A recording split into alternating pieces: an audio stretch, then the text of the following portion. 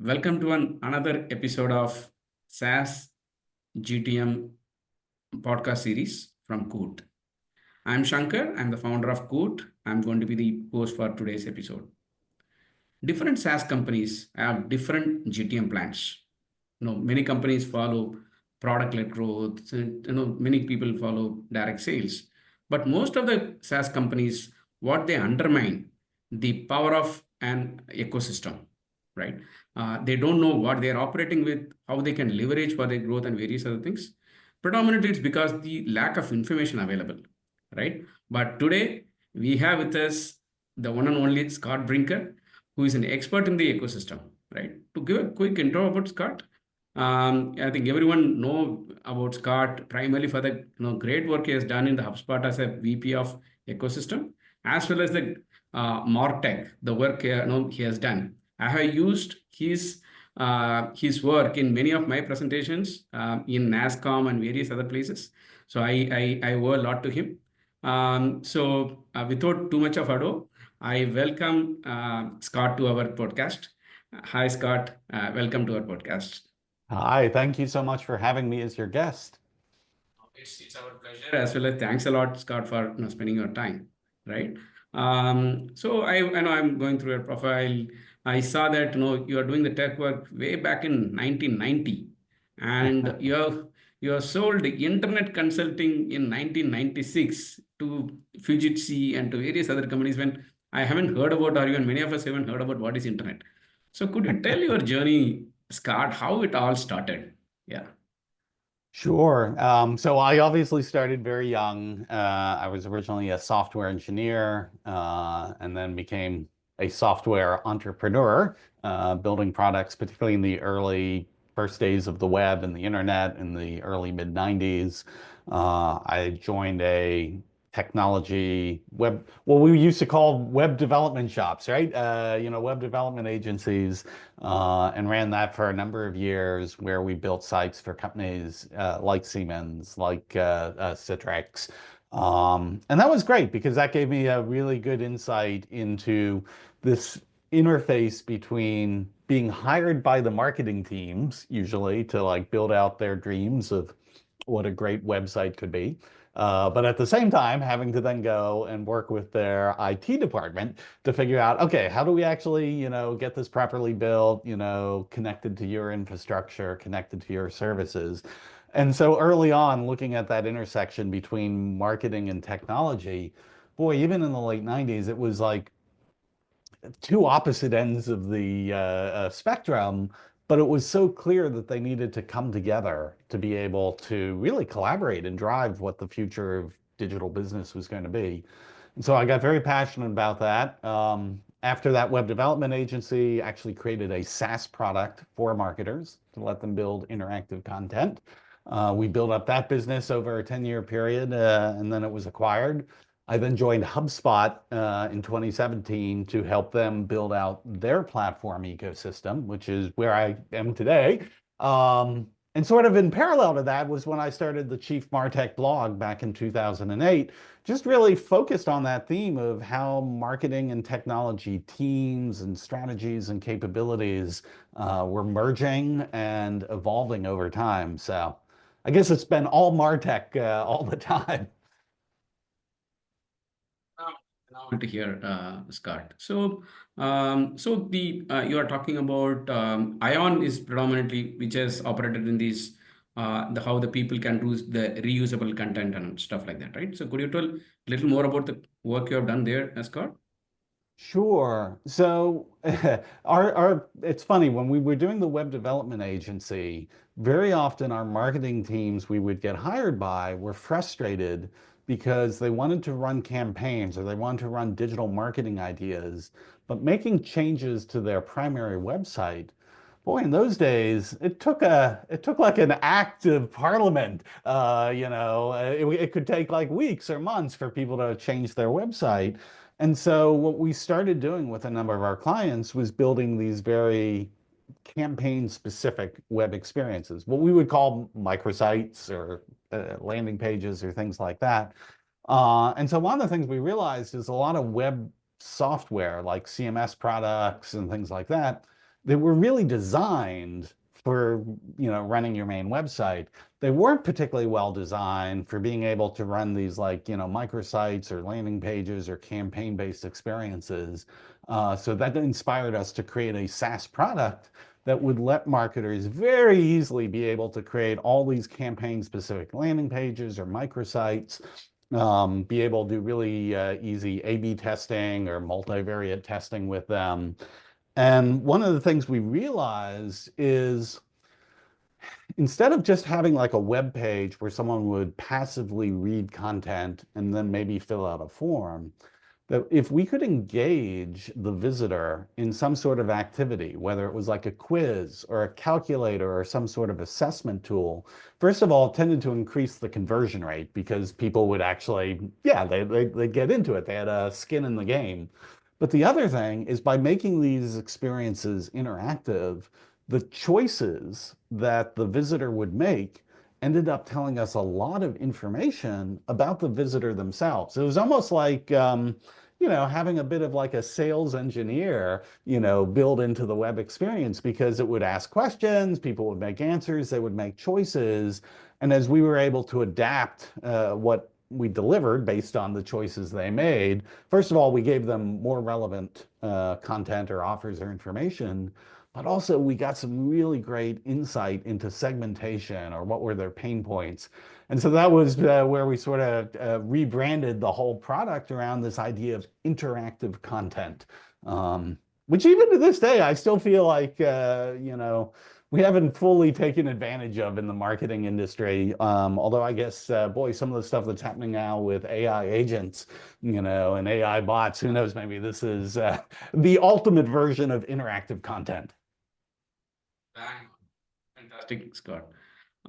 So today's we are going to discuss predominantly about the ecosystem, for SaaS companies, right?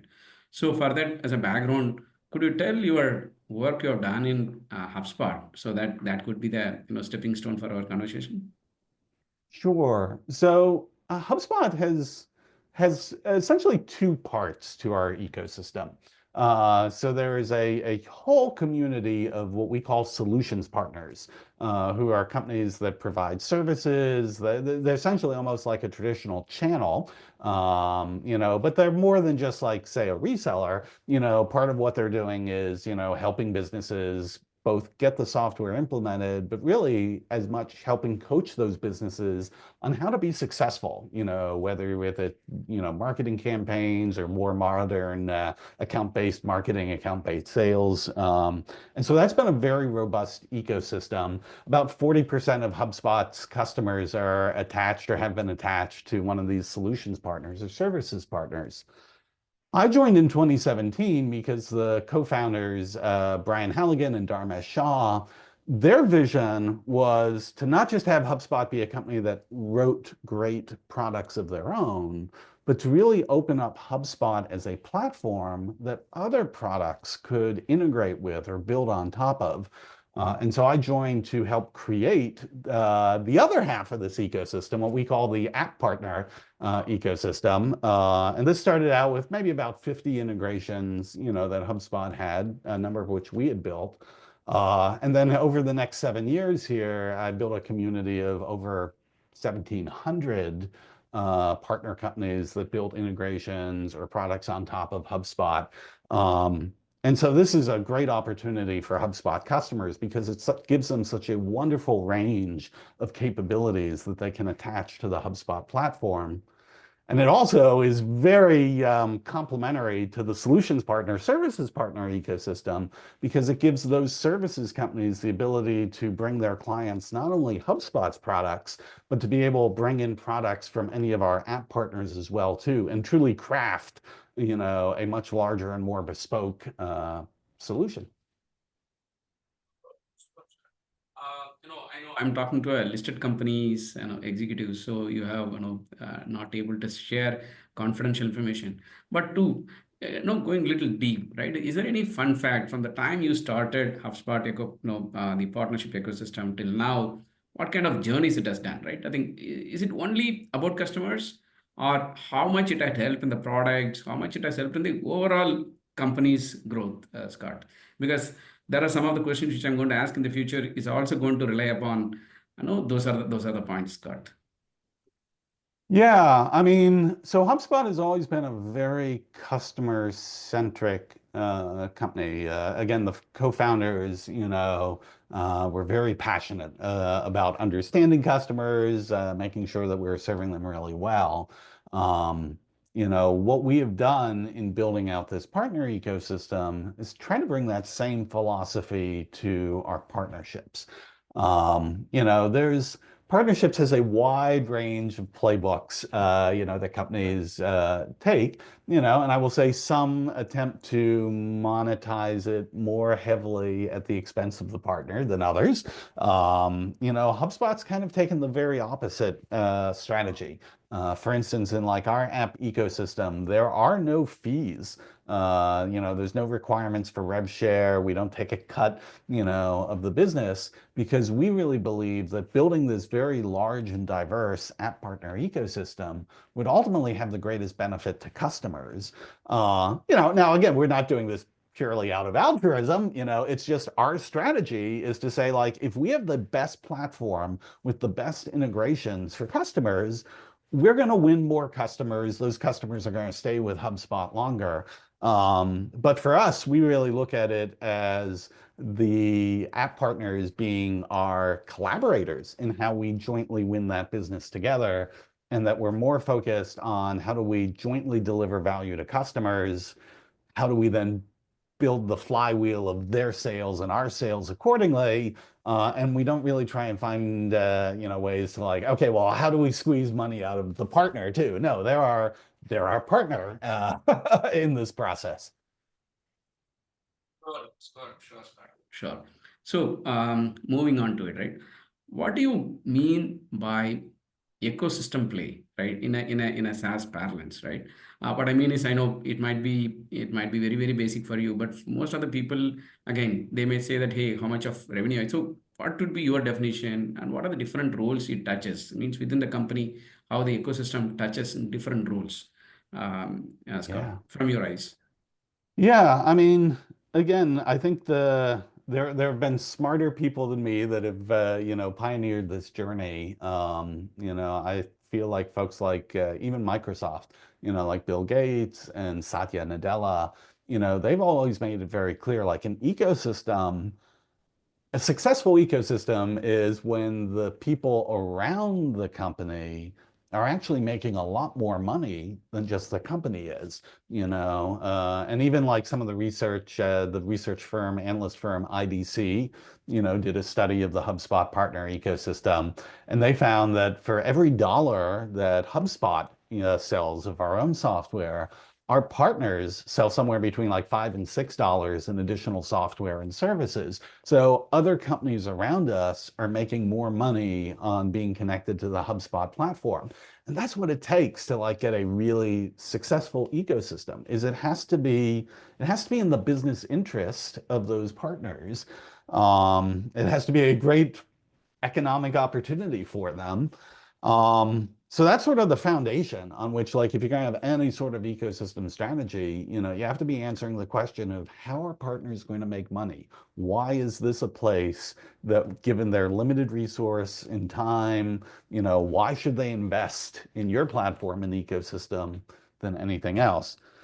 Now, to actually deliver on that, boy, yeah, it requires a whole set of bunch of different teams, right? On the product side, it starts even with like the product managers who, as they're building the HubSpot's platform, are opening up the right extensibility, or really thinking about, how will partners be able to augment or extend what we're building.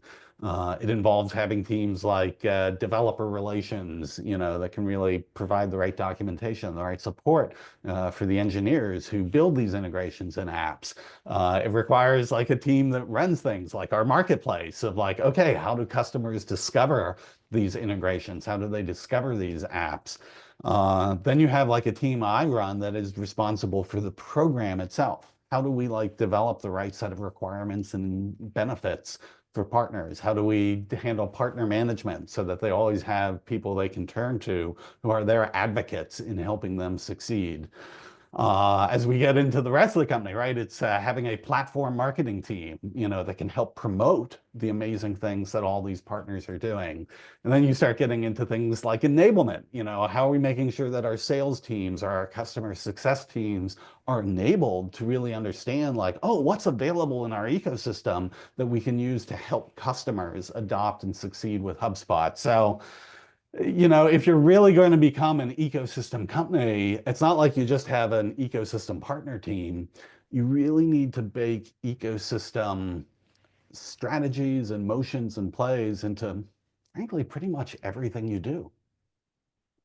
So, Scott, in a way, do you think that the ecosystem as a GTM motion is it applicable for every company, or do you have any specifics in mind? Hey, for example, if I'm a pointed tool I'm developing, right? I think HubSpot is a CRM which has thousands and thousands of APIs are possible. Not only even APIs, the touch points are so many, right? So it is possible.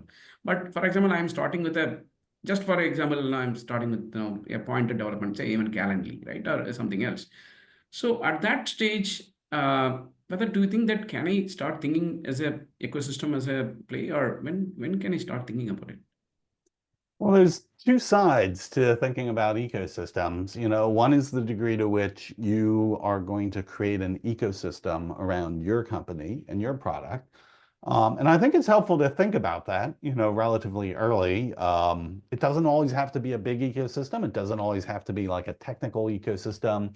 It might be consultants. It might be people who help advise your clients that there's a complementary relationship between you and them and making the joint customer successful.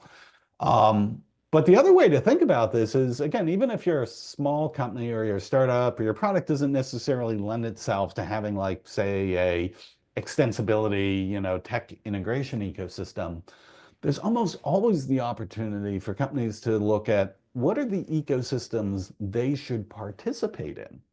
Because the power of an ecosystem isn't just about always being the hub at the center of that ecosystem. One of the great things about these ecosystem strategies is that there's opportunities all over the industry for you as a company to plug into other people's ecosystem to accelerate your growth. I mean, when HubSpot was first starting, we were participating in other companies' ecosystems. Salesforce, actually, we were a very big Salesforce ISV. In fact, actually, to this day, we still integrate with Salesforce for companies who want to run Salesforce and HubSpot together. We participate in like the Google ecosystem for integrations to like Google Ads. We are not the center of that ecosystem. Google is the center of that ecosystem, but for us, it's very beneficial to participate in that ecosystem because it provides value to our customers and it also helps us win and retain more business. So I guess my answer to your question would be like, yeah, whatever your company is, even if you aren't fully ready to build an ecosystem around your company, I think looking for opportunities for other ecosystems that you can participate in and use that to drive value and growth can be a very powerful approach. Definitely empathize or can agree, right? I earlier worked with another event management tool, right, in which there are a lot of people figure out for the first time on HubSpot through that tool, right, through the event, right? But we I would say fortunately or unfortunately that the management team always thinks that, hey, how can I monetize it, right? So that is where the problem comes, right? I think because not every opportunity is not monetizable. So again, what could be your advice, for people who are starting this? So is it always put the customer in the front, in the center, and think around it rather than trying to monetize around everything, Scott? Well, I mean, however you're going to monetize, if it's not aligned to the interest of the customer or if it's not aligned to the interest of the partner, you're going to have problems, right? You need that sort of alignment for like, okay, where is the value? Even if you're going to take a direct cut of that. I guess one of the things I would just say is every investment in an ecosystem obviously needs some sort of financial justification. Like anything a company does, you're like, why are we doing this? We're a business. We're here to grow. We're here to make money for our stockholders. So you have to have a economic rationale for what you're doing.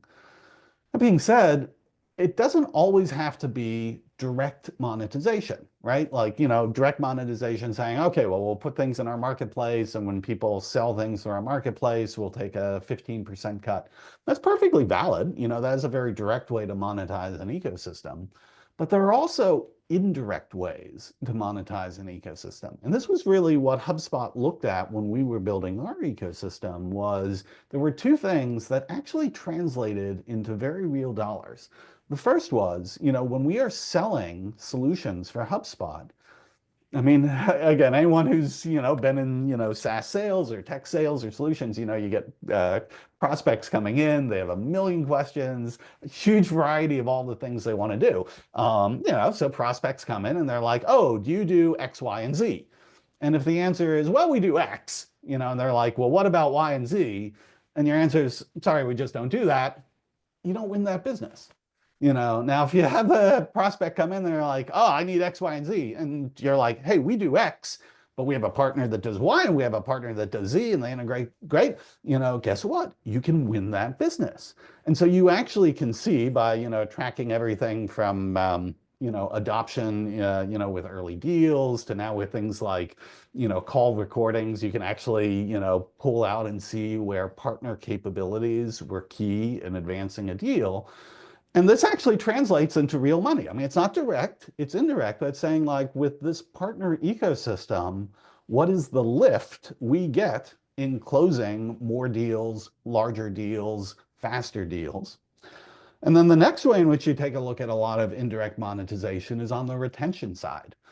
So with tech integrations in particular, there's almost always this positive correlation between the number of integrations that a customer has with a platform and their customer dollar retention. I mean, it kind of makes sense, right? The more things you actually get operating your business around that core platform, the more committed you are to that platform. And so we've actually been able to see this data over time, that the more things people, apps people bring into HubSpot, or they integrate, other SaaS tools to HubSpot, their retention and their customer dollar growth rate rises significantly. And so you can actually quantify that and say, like, okay, well, because of this ecosystem, we are getting this much lift to our customer dollar retention or our net revenue retention. And you can compare that against the baseline of, people who have not integrated things. And you're like, okay, it's not direct revenue, but it is very real indirect revenue. If I look at from a company which has got, Series A, and stuff like that, right? So primarily they start with the, direct sales is the predominant motion, right? I think they go, or even there is, for some of the tools, the, product-led growth, right?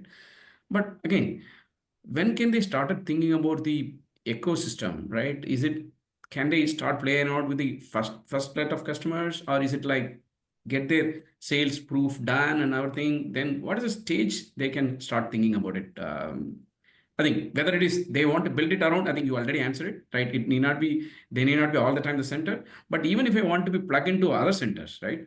When that motion can start with thinking of Scott. Well, unfortunately, the answer to that is the maddening response. It depends, because it really does depend on your product. It really depends on, frankly, what's important to your customers. I mean, if you're starting with the premise that you've got a product, you're looking for product market fit, so what you're looking to identify is who are good customers for this, what are their requirements, and how do I reach them? And that really becomes some of the first places where you would start considering, is ecosystem important? So for instance, like, what are the requirements that the customer has?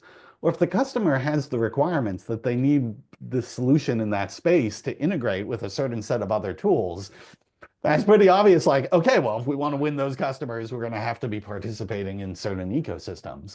Even if you think about extensibility, like, depending on the nature of your product, if from the very beginning, the nature of your product is something that other people are going to build upon, then right. Yeah, I mean, pretty much from day one, you're thinking about, like, how do I open this up? How do I, win partners, developers, people who are going to build on top?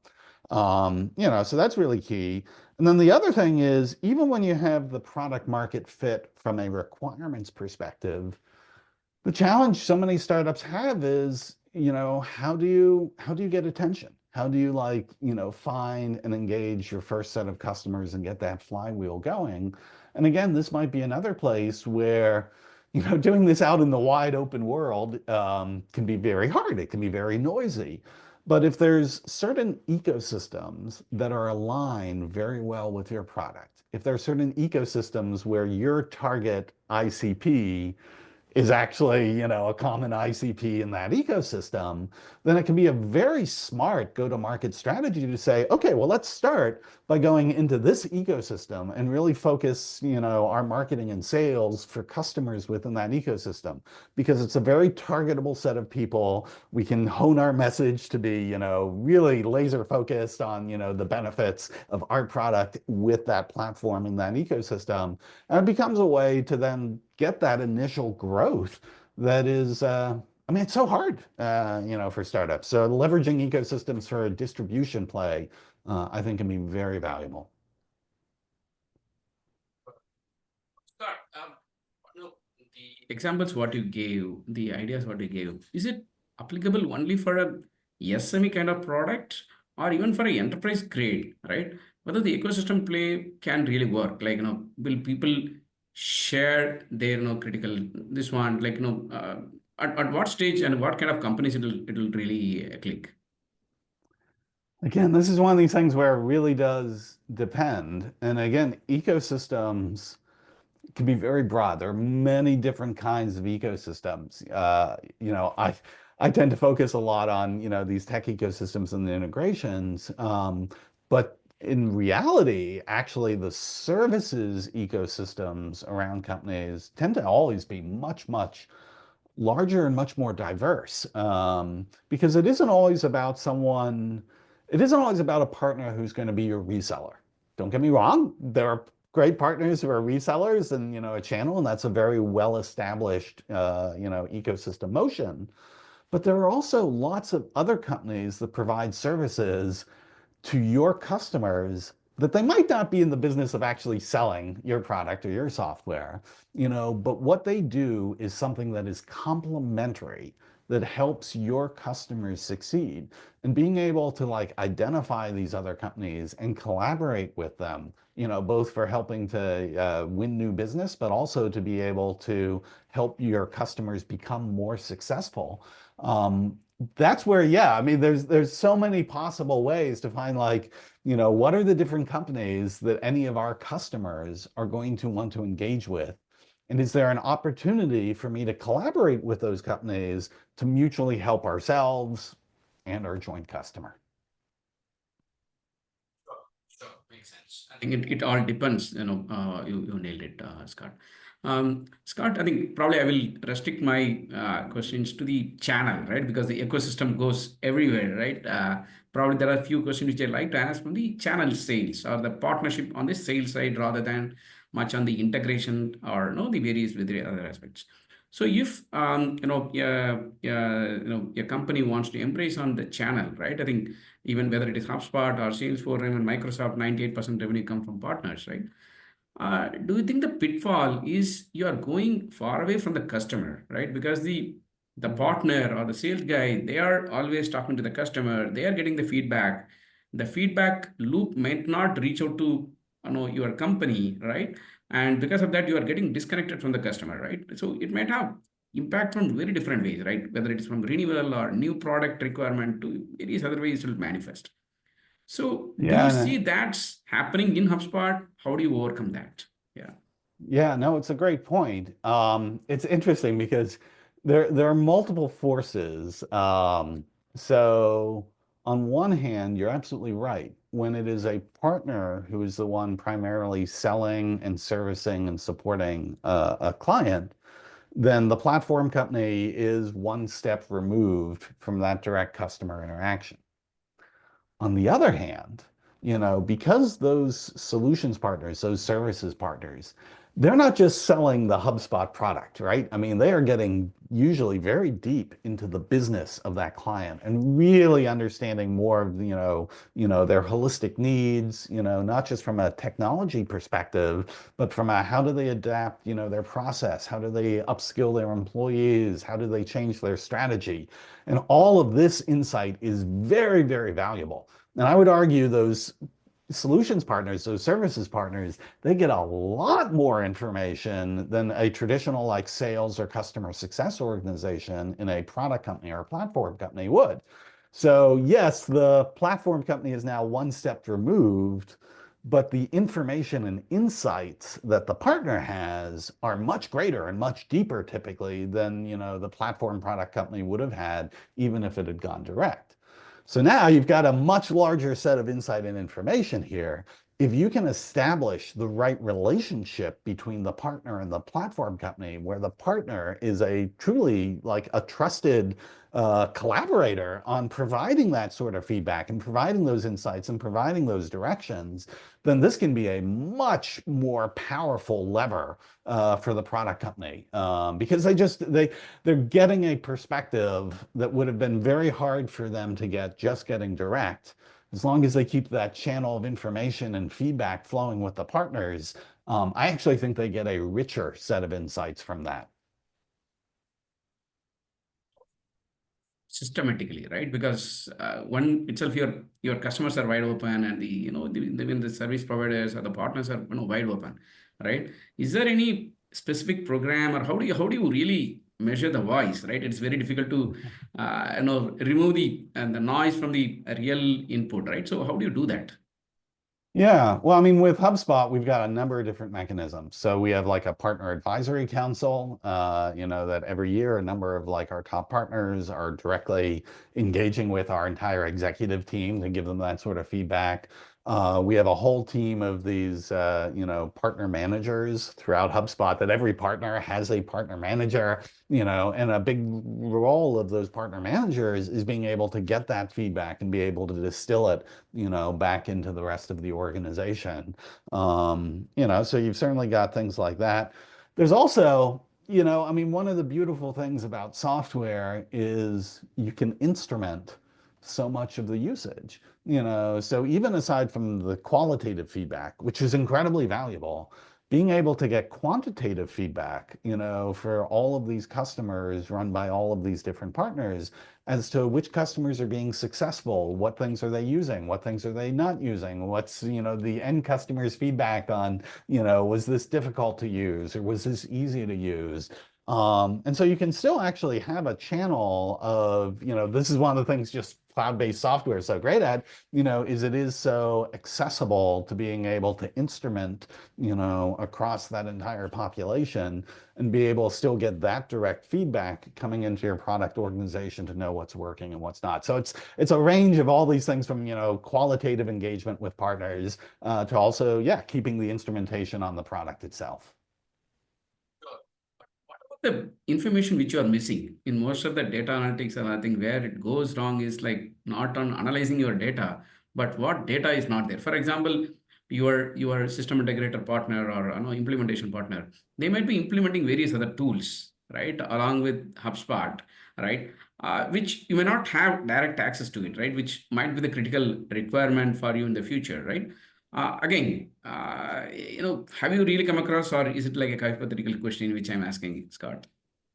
Well, I mean, again, this is where there's a lot of variability in how strong the relationship is between the company and its partners. If you have a strong relationship between the companies and the partners will give you that feedback. In fact, I would say in general, this is just my personal opinion, is most partners are actually very eager to give that feedback, because they've got a stake in making this thing successful overall.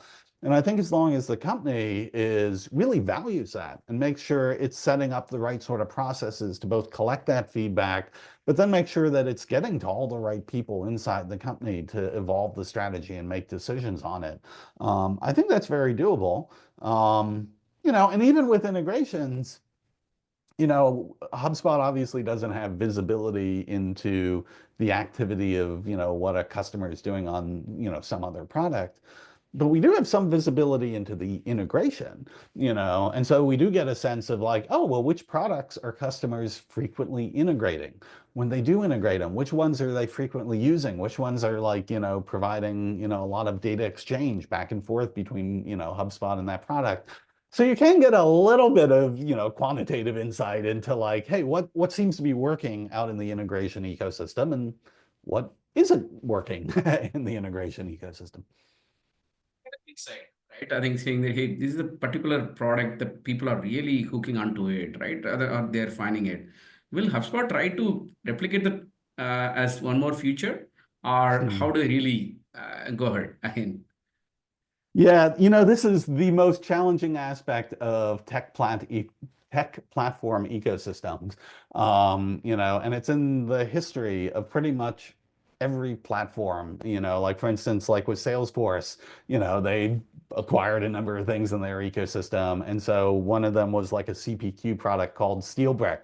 So for many years, people would say, oh, you've been SteelBricked, the platform somehow, like, all right, what do you want? Apple, right? Very large ecosystem, for the iPhone.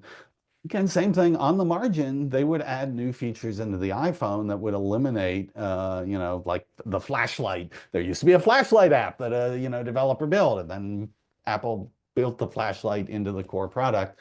I think one of the things they had done recently was a search app, like Sherlock or something. And so they basically built that feature into, the core platform. And as a result, for many years now, people have been referring it as being Sherlocked. Oh, you got Sherlocked. And I mean, the fact that this happens in pretty much every ecosystem is it doesn't change the fact that it's a very painful thing. Even if it's happening on the margin, where it's a relatively small percentage of the capability in the ecosystem that eventually migrates into the core platform, if you're one of those companies that had built that capability that is now migrating into the core platform, yeah, that's just no fun. And the way in which HubSpot approaches this is we can't say that it won't ever happen because, part of our responsibility as a platform is we need to continually have the platform evolve so that it remains competitive and it remains best in class, against all the other companies that HubSpot is competing with. Because if we don't keep HubSpot competitive, then it's not going to be a great ecosystem for anyone else either.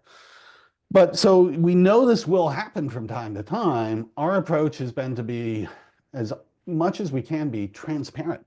Like if we know we're going to end up incorporating a capability that one of our partners has built, we will push very hard to go and talk to that partner early under NDA before it's announced to the rest of the world. First of all, just to give them a heads up. I mean, again, it doesn't make it any easier to hear it, but at least if you hear it, you have the ability to start to think about like, okay, what am I going to do about that? The second thing that we try very hard to do, and it's not always possible, but we very much seek to do it where we can, is to say like, okay, if there's a capability that got built, and now that has to either get acquired or built into the core platform, is there a way that we can provide additional extensibility so the partner who had that original innovation, it's entirely possible they might have other ways that they would take that much further, than we would. And if we can provide additional extensibility, then again, they would still need to evolve their product. But so many of these capabilities are out here, right? It's not just like, oh, one implementation covers everybody's needs. HubSpot's trying to do the 20% of things that 80% of our customers want. There are so many other things that we're just not going to build. In fact, it's impossible to build them all because often there's like, oh, customer A wants it this way and customer B wants it this other way. It's like mathematically impossible for us to serve both of them, And so if we can provide that sort of extensibility, the hope is there will always be some sort of path for partners to continue to evolve their product offerings as we evolve ours. But again, I don't want to downplay the fact that it's always the most painful thing for me, as an ecosystem leader to have to go and tell a partner, that we're going to be competing in their space. But I also think it's the opportunity for platform companies to just be very, to to be as good of a citizen about how they're approaching that as they can be. It's very candid and frank opinions card, right? I think many times when we pitch to a VC, right? I think many startups, the one of the question they ask is what happens if Google decides to do it, right? If they decide to say that make it free access to all, so then your company is shut. So, but most of the time it doesn't happen because the larger the organization, most likely it will not come. But that's one of the risk most of us run into, right? The another interesting aspect from the ecosystem, Scott, is the companies say that, hey, we want more partners. We want to build ecosystem. Suddenly they will wake up and say, hey, where is my money, right? So, so how do you really set the benchmark or not the benchmark, the expectation with the stakeholders, right? What do you can do it, especially someone is starting the I will again I'm saying even I'm not even using the word ecosystem. I'm saying that someone even starting a channel, right? How can they set expectation within their leadership? Yeah, well, I mean, again, you got to start with a solid strategy. You've got to be like, okay, why is a channel or an ecosystem, anything like that, any partnership, why is it valuable to the customer? Because if it isn't like really a clear value proposition for the customer, it's going to be very hard to get everything else aligned around why would you do this? And I think then if you've got a clear alignment to like, hey, there's a very specific customer need that these partnerships or this channel or this ecosystem will be able to fill, then okay, that's a good solid foundation, to start with in winning, the executive support. For instance, like channel, the easiest example to give is regional presence. If you're a company that's starting out and you have your headquarters in one company, and maybe you don't have offices or sales reps or CS reps, throughout all the other countries in the world, right? It takes time to build these things up. I mean, HubSpot to this day still, we're a semi-large public company. We still have what, maybe a dozen offices worldwide. There's plenty of other regions where we just don't have people who are on the ground. And for a lot of, products and services, having people in their region, having people, in their city, it means a lot to customers, and so this is usually one of the reasons why you will see a channel, get launched, is because it becomes a mechanism to say, we can have a partner in that country that knows that region, that knows those customers. They know the customs of it. They know what the compliance requirements are. They know all these sorts of things, and they can be right there, often even face to face.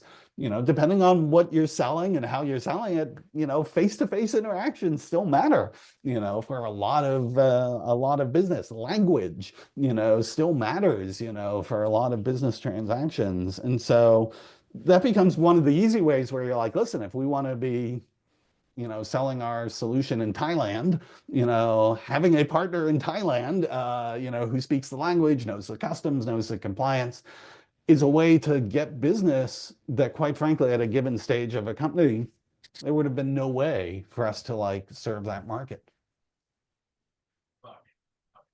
Got it.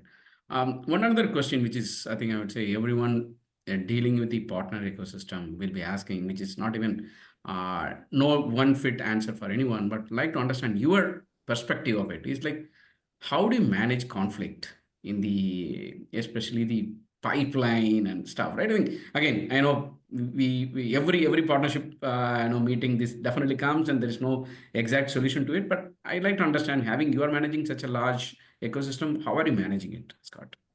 Yeah, I would say it becomes very complex to cover all the different edge cases.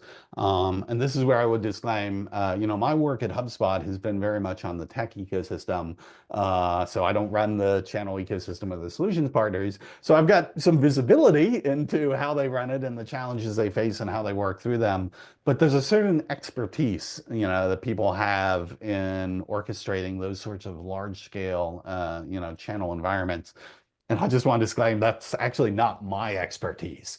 But I will say, in very, broad strokes, one of the key things here is just having very clear mechanisms for people to do things like register deals, or when you have your own sales and CS organization that wants to refer to partners, having a very objective framework by which you identify who is the right partner. How do you have something fair? This is one of the reasons why a lot of partner programs, particularly on the channel side, will start having tiers, because they're trying to create this sort of like incentive structure where, okay, as partners prove that they're very good at certain things, or they do certain things that are important to the company, the company turns around and is able to do more benefits and help drive more business to that partner. And it becomes a virtuous cycle. But it's very, very important that that structure be objective, that it be fair, so that any partner who's like, hey, if I achieve X, Y, and Z, these are the benefits of A, B, and C that I can expect on the other side. So this is one of these things that when you talk about it at a very high level, theoretically, you're like, yeah, that makes sense. It's pretty straightforward. When you get down into the actual implementation of this at scale, there are just all these various edge cases. And this is why, yeah, people who run these channel programs, it's a hard job. It requires a lot of, really precise thinking, and you have to adapt because things do keep changing, both out in the market and with the product and who are the customers you're serving. So not my area of expertise, but I have enormous respect for the people who it is their expertise. Yeah, probably that's what we are getting paid for, Scott. Otherwise, an AI agent would do the job, right? If it is that, what is it? If it is that such a systematic thing, then an agent can do the job, right? So, got it, got it. So, moving on to the kind of the Martech work you did, right? I think you mentioned very briefly in the initial introduction, Scott, but would like to know more about the phenomenal work you are doing in Martech and how did it start in the beginning, Scott, in terms of why you want to start mapping the whole market? Yeah, so I told you in my history, I became very fascinated sitting at that intersection between marketing teams and IT and technical teams. And so I started my blog, Chief Martech, in 2008, really to just talk about topics at that intersection. And when I first started it, it was like, yeah, there were maybe like 50 people, who were readers, and probably a good portion of them were friends and family. So it took a while before it, started to really gain momentum. One of the things I did, though, was when I was trying to get this idea of having marketing technologists, which is basically people with technical skills, but they would work in the marketing department. What we've now expanded to think of as people in marketing operations and marketing tech. I felt that was one of the keys to making this successful is you needed people in marketing who actually understood the technology and could translate it into marketing objectives. But at the time, most CMOs, right, had come from a background where technology was just nowhere on their agenda. And so I made the very first landscape of marketing technologies. I think the public one was in 2011. And there were around 150 different technologies that we put on a map. The reason I did it was because I was trying to persuade CMOs to like, hey, recognize how much technology, how many different products you are now relying on in order to deliver the results that you're held accountable for. And so if you start to look at this like stack, of all these different technologies, my hope was that would like make people step back and be like, oh, wow, maybe I should have a MarTech person. Maybe I should have a marketing ops person, to really manage this. And so that was my main reason for doing it. And then year over year, we would keep going back and we'd update the map because the map resonated. It did have that effect that people were like, oh, wow, I guess there really is a lot of technology in marketing. But then as we kept going back and we kept updating the map, this really crazy phenomenon where it just started growing exponentially. It was literally doubling year over year for a series of years there. And I think that became a surprise, frankly, as a surprise to me as much as it was to anyone else. And we could talk about it, a lot of the reasons of why that probably happened. But if you take it to where we are today, we just live in a world where it's not just marketing or Martech. It's pretty much every category in software. There's just hundreds and thousands of choices because software has become there are much fewer barriers to entry, for people creating software, building software, distributing software. That doesn't mean it's easy. Doesn't mean that there is an enormous competition. There is enormous competition, but the barriers to getting into that competition are relatively low. And now with AI, they seem to be dropping even further. So I don't know. It almost feels like asymptotically every company is going to be some kind of software company to a degree. And I don't know, at some point in time, these landscape maps, I think, they almost become irrelevant because it's like, hey, listen, there's just a million choices. Get over it. But it's an eye opener, right? I think, as I mentioned, I use that deck when I used to go and talk on new age Martech sales tech tools for some of the associations, right? So when I see that, everyone gets wow, these many really the options are there, right? For them, that's the first reaction. So what is kind of teaching for an entrepreneur who is going to enter, like thousand, as I mentioned, as of now, thousands, probably over a period, it'll be hundreds of thousands, right? How can they really benchmark when they want to enter into the, yeah, new category, right? Because it will be overwhelming, right? So how can they use this data? How can they really go about it, Scott? Yeah, I mean, it's a hard problem. I think one of the things to keep in mind is, those maps I produce, in many ways, they're not a very accurate reflection of the industry because, every logo is equally tiny. If you actually were to try and organize these based on their market share, their size, their scale, it would show a distribution that's typically called a long tail, where you'd have, a relatively small set of companies that are at the head. I mean, these are companies like Salesforce and Adobe and Microsoft and I'd argue HubSpot, I mean, large public companies in the space. And then you start to go down from there, you'll have a set of companies that are in the torso. These are still relatively large companies. They're not billion-dollar companies, but they might have hundreds of millions of dollars in revenue, and they're typically category leaders. And then you get into the long tail. And that is really where the vast majority of these products are. Then, the vast majority of them, have under $50 million in revenue. Frankly, the vast majority of them have less than $10 million, in revenue. And the reason companies are in the long tail, this is where it gets complicated because there are many different reasons companies have small products there.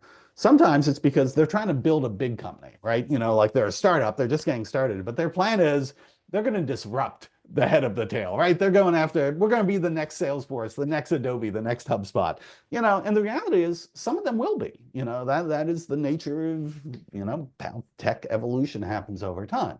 Most will not, but some will. But there are other reasons why companies are in that long tail. They might be that they've specialized in a particular vertical, that the vertical is at large, but boy, they understand that vertical better than anyone. They've got the best solution for it. And so it's not a billion-dollar business, but it's a very stable 10, 20, 50, $100 million business. You still see some of that actually regionally. Where in different regions throughout the world, there are particular products that like they really understand that market, that region, those customs, those compliance, and they build an amazing business there. It doesn't necessarily scale outside of the region, but within the region, they dominate. They're incredibly competitive. Then you have people who are building, just very small specialized capabilities. You have people who build things for ecosystems, like in the HubSpot ecosystem. We've had companies that have built, products very specifically for HubSpot. These aren't going to be billion-dollar businesses, but, for 2, 3, 5 people, to say like, oh yeah, we build the best widget for HubSpot, for doing this account-based, sales solution, and that they can make, $10 million a year with 5 people, building that thing. That's actually a very attractive business. They don't have to become like a billion-dollar business to have, been very successful with what they're doing. And so this is, and then of course there's a whole bunch of other things that people try in the long tail and they don't work out and they quit or, they stop. So it's not that everything succeeds, But I just want to emphasize that the reason companies launch services companies, actually, this is another big set, is those solutions partners and those services companies, they increasingly build pieces of software, that are reusable across multiple clients, or they use those apps as a way to project their expertise, in app ecosystems and to like use it as a magnet for attracting new business. And so there's just a lot of different reasons why companies enter into that long tail. And not all of them are actually expecting to be like, okay, we're going to be the next Microsoft. Scott. So I think we are cognizant of time. Probably we have last few minutes left, right? So one of the things which probably your counterpart, the tech guy, I don't know, might answer it, but I'm saying you might have a regular conversation with him. So when I have hundreds of features can be built, or some of the capabilities can be built, how do they choose of, okay, these things we like to build it ourselves, and these are the things we will use the leverage the ecosystem, right? As I said, probably you don't take the decision, or you may or may not, along with the consulting with your counterpart there. How do you a large company will go about it, Scott? Yeah, well, I mean, certainly at HubSpot, and I suspect this is the case at many large software companies, it is a very distributed thing. I mean, there's literally thousand some odd, like software developers, building things at HubSpot. And every single product team is often given a lot of autonomy, to like, oh, for their particular product or their particular capability, how do they best serve customers? So it's actually very hard to even like have the visibility into all the things that HubSpot might be trying to do at any given moment in time. And that makes it very difficult to always know, okay, where is there going to be overlap or competition with a partner? It used to be when it was much smaller, we could kind of see that full visibility. At the scale it's at now, it's hard, at least for the small things. I mean, you can sort of see it in advance for the big things, but the small things, it's just very fluid. Um, and again, I think the idea is, this is one of the things for HubSpot in particular that I think their philosophy resonates, is very complementary to a tech ecosystem, is HubSpot values the ease of use as much as anything else for customers. And one of the best ways to keep things easy for customers is to not overwhelm them with features. Again, like every single customer has a wish list of things they would like, and if you ask, hundreds of thousands of different customers, there'll be some overlap, between those things they want, but there'll be a lot of things that don't overlap very much, and so it would be a very bad strategy to try and implement as many features of as many different people, because first of all, it's almost like that long tail again. You'd start getting down into these features that, yeah, maybe a few customers want this, but most customers won't use it. And for those customers who aren't going to use it, as you add more and more bloat to the product, it actually becomes harder for everyone. And so I think HubSpot tries to be very thoughtful about not just throwing features, at it, but saying like, hey, what are the things that are very common requirements, that we're hearing from a lot of customers, a lot of things that they need. And that's where we really try and focus on, adding new capabilities to the product. And again, even when doing that, very often it's like, okay, what's the solution that will serve most customers but not get too complex, And so that's again another case where even if we implement something, very often there is room above that for a partner to say like, okay, that works great for the basic standard cases. It's not going to be sufficient for customers who have these more advanced use cases.